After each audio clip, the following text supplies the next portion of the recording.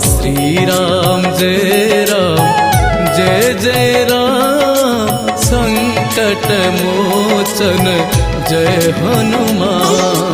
श्रीराम जय राम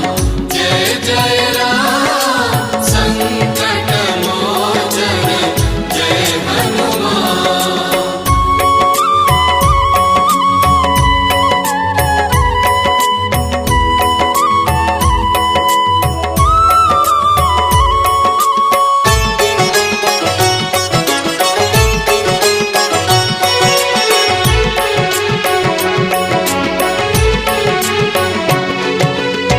प्रभुंक मुद्रिका नेई मथारे लगाई सात सिंधु लंघी गल अटकिल नाही।